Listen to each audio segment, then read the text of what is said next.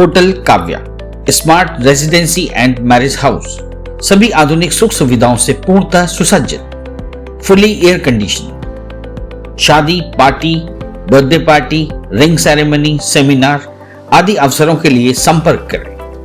Hotel Kavya, smart residency and marriage house, station road, Mauranipur. Contact number 9450067967, 05178260165। जीने खाओ तमाखू गुटका, सुप्राण गरे में अटका। जीने खाओ तमाखू गुटका। नमस्कार, वंजारा वीड्स में आपका स्वागत है। मैं हूं ज्योति प्रकाश खरे। आज हम आपको मिला रहे हैं एक ऐसे कवि से जिन्होंने पूरा जीवन अपनी कविता में ही गुजार दिया। चलिए मिलते हैं प्रताप नारायण दुबे जी से। नमस्कार दुबे जी। नमस्कार दुबे जी, कविता में आपका जीवन रहा है, आप शिक्षक भी रहे हैं, तो आप हमें बताएं कि आपकी जीवन यात्रा की शुरुआत कहाँ से हुई? जीवन यात्रा मेरा वैसे गांव के प्रवेश का मैं रहने वाला हूँ, गांव मगरपुर का रहने वाला हूँ, इसी जिले झांसी में है। और जिस समय में बचपन काल था तो हमारे दरवाजे पे फाग वगैरह और गाना वगैरह गाने वाले आया करते थे जी। और फाग जो है जब होती थी तो हमारे दरवाजे से स्टार्ट हुआ करती थी जी। तो उसमें मैं सुनता रहता था और वहीं से मेरा कविता का प्रेम जागा।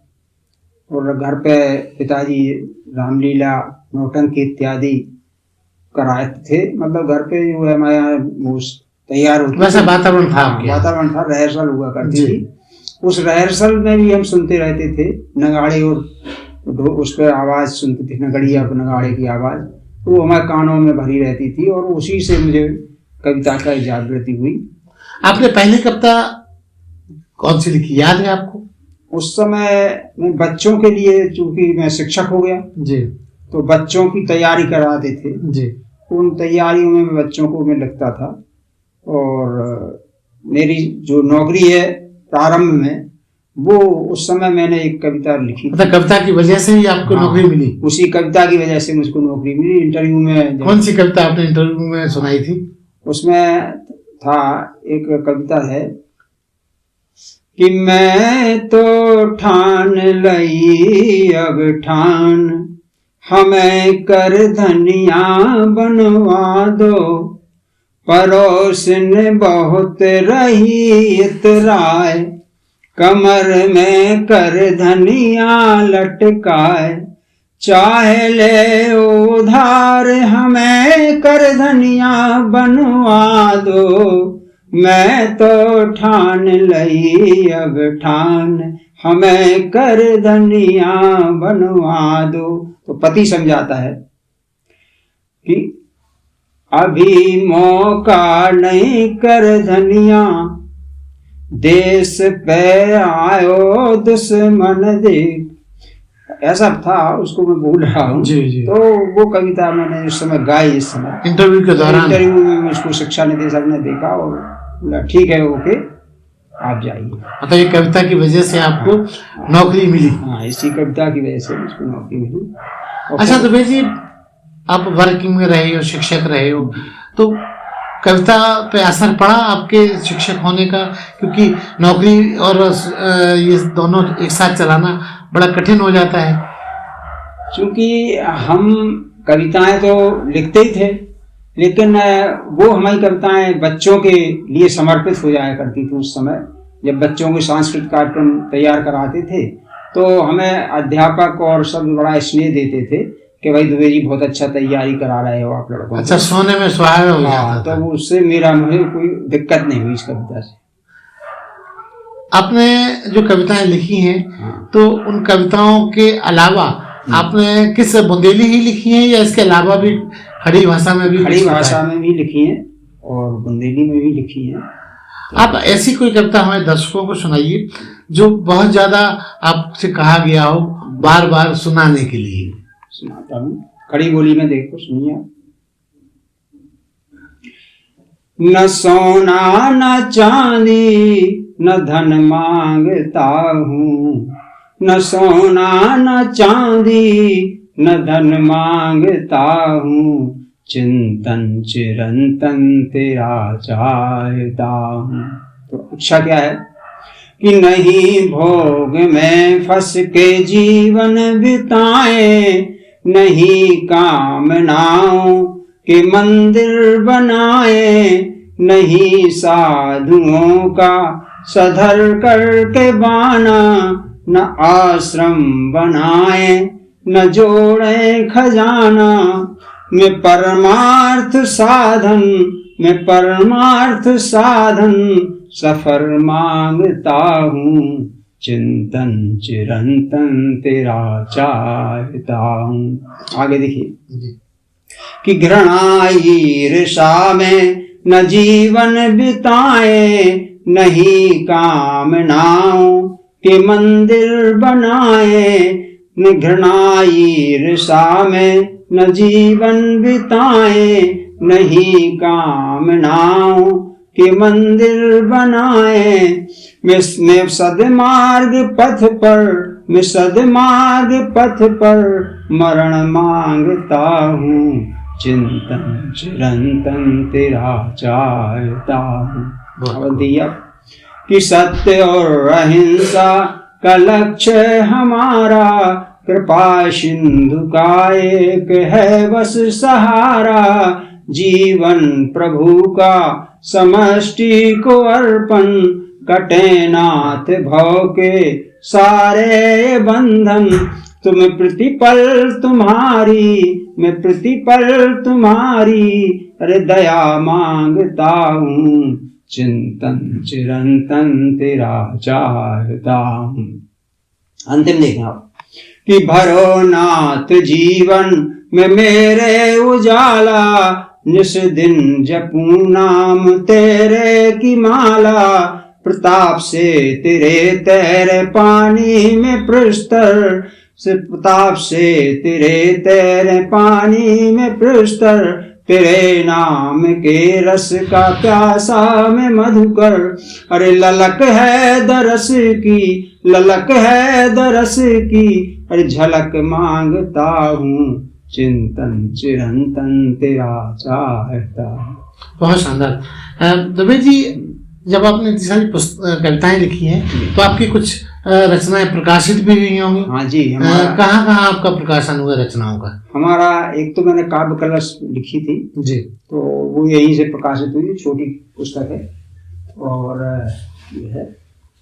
अच्छा। और दूसरा मैंने थोड़ी बुंदेली में लिखी है जी, वो करीब 200 पृष्ठ की पुस्तक है जी। फगवारी। फगवारी, हाँ। अच्छा अच्छा। ये जो है पुस्तक है, इसमें चौकड़ियाँ, अच्छा अच्छा, और कुछ गीत बुंदेली। जी, कुछ बुंदेली विधा से अवगत कराएं। जी, बुंदेली में वास्तव में मैं फाग से ज्यादा प्रभावित रहा, क्योंकि ईश्वरी हमारे क्षेत्र के रहने वाले थे, महाकवि ईश्वरी जी। तो हमसे 10-15 किलोमीटर दूर उनका गांव है मेड़की जी। मैं मगरपुर का रहने वाला हूँ। हाँ। तो चूंकि हमारे बिल्कुल पड़ोसी रहे वो, और उनका प्रभाव क्षेत्र में बहुत था, और उसी से मैं फागों से प्रभावित रहा हूँ जी। तो आप फाग देखें, आप देखिए, मैं लिख रहा हूँ, माँ के ऊपर देखिए आप जी। कि जग में पूजनीय महतारी, तुम ममता मूरत प्यारी, हाँ ममता मूरत प्यारी, जग में पूजनीय महतारी। सुत अरु सुता जान में महिमा, सुलाड़ लाड़ दुलारी, जग में पूजनीय महतारी। और आप देखिए कितना कष्ट सहती है माँ जी। उसको तकलीफ है, कुछ भी है, रूखा सूखा खा रही है, लेकिन अपने बच्चे को बेहतर देती है। देखिए कि अमृत क्षीर पिया के पाले, अमृत क्षीर पिया के पाले, सुखा के रूखा खारी, जग में पूजनीय महतारी। तो सुत पे आँच आन न देती, सुत पे आँच आन न देती, सो लगा जान की बारी, जग में पूजनीय महतारी। और देखिए कितना कष्ट सहती है कि संतानन के लाने सुनती, संतानन के लाने सुनती, उल्टी सूदी गारी, जग में पूजनीय महतारी। और देखिए अंतिम देखिए कि ऋण से ऋण प्रताप न को, ऋण से ऋण प्रताप न को, सो सब पे चढ़ी उदारी, जग में पूजनीय महतारी। ममता मूरत प्यारी, जग में पूजनीय महतारी। बहुत शानदार। जी, जब आप इतना अच्छा आपका प्रस्तुतिकरण होता है तो आप स्टेज पे भी जाते रहे होंगे, मंच पे भी जाते रहे, कहाँ कहाँ आपकी रचनाओं को सराहा गया, कहाँ कहाँ आपने मंच पे जाके काव्य पाठ किया? दूरदर्शन भोपाल पे भी मैं गया, आकाशवाणी छतरपुर पे भी गया, और मैं पूरे अपना क्षेत्र में, बुंदेली क्षेत्र में तो मैं हर जनपद में गया हूँ करीब करीब। तो और यहाँ मंच पे अपने जो काव्य गोष्ठियाँ होती हैं यहाँ जाते रहते हैं, आज भी जा रहे हैं, आज भी जाते रहते हैं। वे जी, आपने जब इतना सब कुछ किया है तो कहीं कहीं आपको पुरस्कारों से, सम्मान से नवाजा गया होगा, हाँ, उनका उल्लेख करें। हमको देखिए यहाँ जितनी भी संस्थाएं हैं उन सब पे हमें पुरस्कार मिले हैं, और जबलपुर में भी अखिल भारतीय साहित्य परिषद में पुरस्कृत किया गया, और बुंदेली साहित्य परिषद में मुझको टीकमगढ़, ललितपुर और भोपाल, इस सब जगह बुंदेली साहित्य परिषद, वो अखिल भारतीय बुंदेली साहित्य परिषद की उसने किया सम्मान।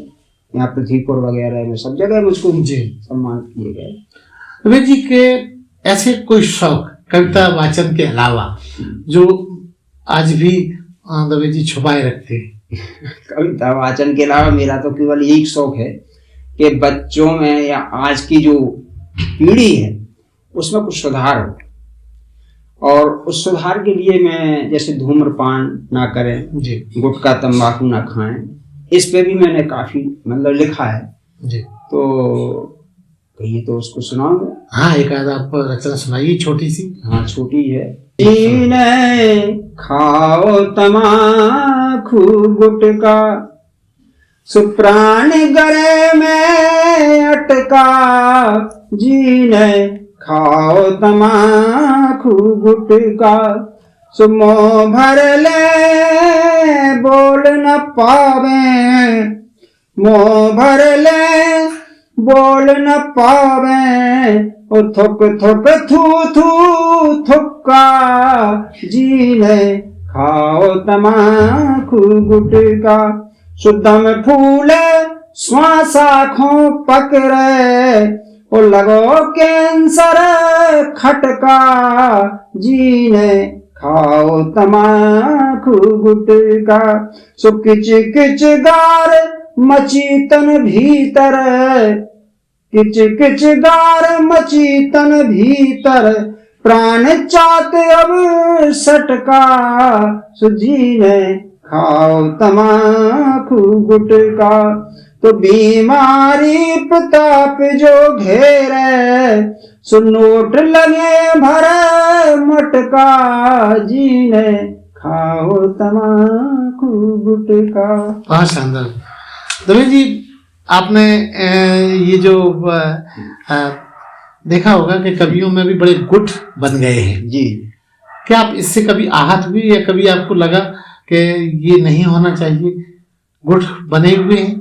वास्तविकता ये है कि जब मंचों पे बुलाते हैं तो अगर मान लीजिए एक कवि कुछ अपनी प्रसिद्धि पाई उसने, तो वो अपने दो चार अपने साथियों को इस तरह के जो उसमें समर्थ भी ना हो, उनको अपने साथ में जोड़ लेते हैं प्रमोट करने के लिए।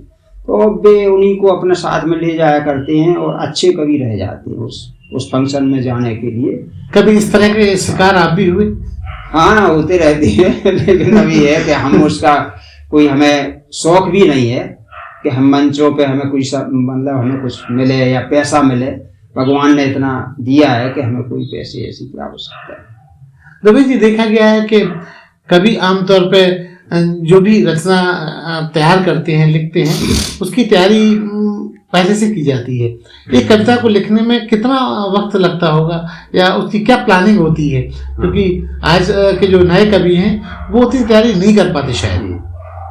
माँ की अगर कृपा है, सरस्वती की कृपा है, तो मैं देखता हूँ कि कोई कविता को हमारी 5 ही मिनट में 10 ही मिनट में पूरी हुई, 5 ही 7 मिनट में।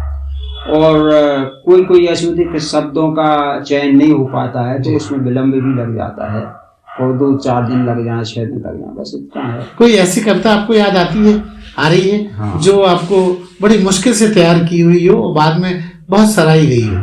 जी, हम एक कविता आपको सुनाते हैं, बुंदेली में है और इसको बहुत सराहना मिली है इस कविता को जी। और ये विरह गीत है जी। एक विरह में बैठी हुई है महिला और अपने पति को याद कर रही है जी। उस समय का एक दृश्य है, देखना। वो महिला गा रही है और उसको सुन रहे हैं, उसकी सहेली वगैरह सुनिए कि कसकन लगी हवा सावन की, जियरा आग लगाए, आए नहीं अवै नौ बालम, धीरज कौन बंधाए। कि कसकन लगी हवा सावन की, जियरा आग लगाए, आए नहीं अवै नौ बालम, धीरज कौन बंधाए। अब चूंकि बरसात का टाइम है, उस समय का दृश्य दिखा जी। कि कारे बदराजी डरवावे, चमके रात बिजुरिया, और टर टर मिदरा टर्रावे, झी कर झींगुरिया। वो चारों ओर अंधेरो पसरो, दिखे न एक तरैया, वो बना घोंसला नीम डार पे, सुख से सोए चिड़ैया। वो उठत भोर से चिड़ई चिरवा, दाने चुगले जावे, आए नहीं अवै नौ बालम, धीरज कौन बंधावे। अब प्रातः काल हुए, उस समय का दृश्य देखा कि कुहू कुहू के कोयल कूके, हुक उठे मोए मन में, ऐसे लगे कि मैं उड़ जाऊं, पंख लगे मोए तन में। वो नदी किनारे जामुन खावे, उसका घर नदी के किनारे है जी। कि नदी किनारे जामुन खावे, आवे एक बंदरिया, ओ बाय देख बंदरा जावे, ठिकाना आए लंगुरिया। वो सबई मोरनी मोरे घेरे, मोर जो है नाचता है, वो मोरनी उसके चारों तरफ घेर दी, मोर पंख फैला लेता है। कि सबई मोरनी मोरे घेरे, सो मोरा पंख फुलावे, आए नहीं अवै नौ बालम, धीरज कौन बंधावे। अब चिंता में वो कमजोर हो जाती, उस समय का दृश्य कि ढीली पर गई चुनरी चोली, ऐसो बैठो खटका, वो आज को काम काल पे टारों, काम जात सब लटका। वो अपनी मुदरी पहने है, तो देखिए कि सटकन लगी मुदरिया अंगूरी, है नोने सोने की, ओ जाए देख के खबर आत है, मोए अपने गोने की। ओ खान लजावन बहू मिली मोए, अपनी जो माँ है उसकी सास जी। वो सहेलियों से कहती है कि हमारी ये कमजोर हो रही बहू, तो बताती है कि खान लजावन बहू मिली मोए, सासो सबे सुनावे, आए नहीं अवे नो बालम धीरज कौन बनावे। अंतिम देखें आप कि 3 दिनानो नहीं सोई थी तन कई लगी सोन में, ओ घनर के बजन लगी थी घंटी मोए फोन में। तो मैं सोची बल माखों मोए खबर देर में आई, और बोलन लगी ननदियाऊ में काहो रो भो जाई। पति नहीं बोला, ननदी उधर से उत्तर देती है कि क्या हो रहा। कि अब उसने सोचा कि ये तो पति नहीं बोल रहे हैं तो क्या है कि प्रताप कछु बोल न पाई, प्रताप कछु में असुआ ढर ढर जावे, आए नहीं अवे नो बालम धीरज कौन बंधावे। सो कसकन लगी हवा सावन की जीरा आग लगावे, आए नहीं अवे नो बालम धीरज कौन बंधावे। बहुत शानदार। तो भाई जी, अब चूंकि आप सीनियर सिटीजन हैं और 2012 में आपका रिटायरमेंट हो चुका है जी, आने वाले आपके क्या क्रांतिकारी प्रोजेक्ट्स हैं जो आप हम सभी को चौंकाने वाले हैं? हम ये चाहते हैं अपना, वास्तव में मेरा उद्देश्य ये है कि इस बुंदेली अपनी जो माटी है इसको, एक तो बुंदेली भाषा है, इसको 8वीं अनुसूची में लाई जाए जी। 8वीं अनुसूची में आने से हमारे जो बुंदेलखंड के जितने भी युवा हैं उनको एक तो शिक्षा मिलेगी, विद्यालयों में पढ़ाई जाने लगेगी, और वास्तव में ये जो जितनी भी लोक भाषाएं हैं, ये लोक भाषाएं हिंदी की जड़ें हैं जी। अगर हमारी लोक भाषाएं ये नष्ट हो जाएंगी तो हमारी हिंदी भी धीरे धीरे, हम उस पर हिंदी पे बहुत संकट है, लोग कहते हैं कि बहुत बोलने वाले हो गए, ये हो गए, लेकिन वास्तव में देखा जाए तो अब अगर आप किसी बच्चे से पूछें कि 24 क्या होता है, हाँ तो बता, 24 बता क्या, 48 नहीं बता पाता, तो 48 नहीं बता पाता, तो उससे बोलता मैं नहीं जानता हूँ, जब उससे 48 24 या हम ये कहें तब उसकी समझ में आता अच्छा। तो वास्तव में हम अपनी लोक भाषाओं को जब बनाए रहेंगे तो हमारी हिंदी भी जीवित रहेगी और हमारी जो भारतीय संस्कृति है वो बची रहेगी। और हमारी भारतीय संस्कृति पे अंग्रेजी एकदम से हावी होने जा रही है तो हम अपनी संस्कृति को बिल्कुल भूल जाएंगे जी। जब हमारी संस्कृति नहीं रहे तो बस मेरा उद्देश्य यही है कि अपनी संस्कृति बची रहे, इसी के लिए मैं काम करना चाहता हूँ। तो भाई जी, बंजारा बीट्स जो हमारा चैनल है ये इंफॉर्मेशन देने वाला शिक्षाप्रद चैनल है बहुत, और इसमें कोशिश ही की जाती है कि नए नए लोग इसमें अपनी अभिव्यक्ति पेश करें, जोड़ें। क्या कहना चाहेंगे आप हमारे दर्शकों को अपने माध्यम से, नई पीढ़ी को कुछ संदेश अगर आप देना चाहें तो? मैं आपका चैनल देखता रहता हूँ बंजारा बीट्स, और आप वास्तव में ये समाज के लिए बहुत बड़ा काम कर रहे हैं। अभी कवित्री विजयलता मिश्रा का भी आपने इंटरव्यू दिया था, और तमाम हम देखते हैं उसमें आप लिख रहे हैं और बुंदेली संस्कृति को बचाए हुए हैं।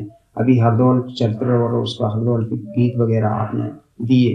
तो वास्तव में चैनल का उद्देश्य यही होना चाहिए जो आप कर रहे हैं। तो आप हम जैसे कवियों को, आप घर बैठे रहते हैं, आप आके कम से कम आप पूछ रहे हैं और देख रहे हैं, तो ये आपकी बड़ा सराहना करता हूँ मैं इस चैनल की। और मैं सब समाज से यही कहता हूँ, बच्चों से भी, सभी समाज से लोगों को इससे कहता हूँ कि भाई अपनी प्रतिभाओं को निखारें, और अपनी छुपी हुई कोई चीज़ है अपने अंदर, तुम्हारे अंदर कोई गुण है तो उसको छुपाओ नहीं, उसको समाज में लाओ और लाओ इसको, ताकि दूसरे से इंस्पिरेशन ले पाएं। जी, दूसरे आपसे शिक्षा लें। तो ये थे प्रताप नारायण जी दुबे और प्रताप जी, जो हमें अपनी मन की बात हमारे दर्शकों के साथ शेयर कर रहे थे। नमस्ते प्रताप। धन्यवाद जी। इस चैनल को लाइक और सब्सक्राइब करना ना भूलें। देखते रहिए बंजारा बीट्स।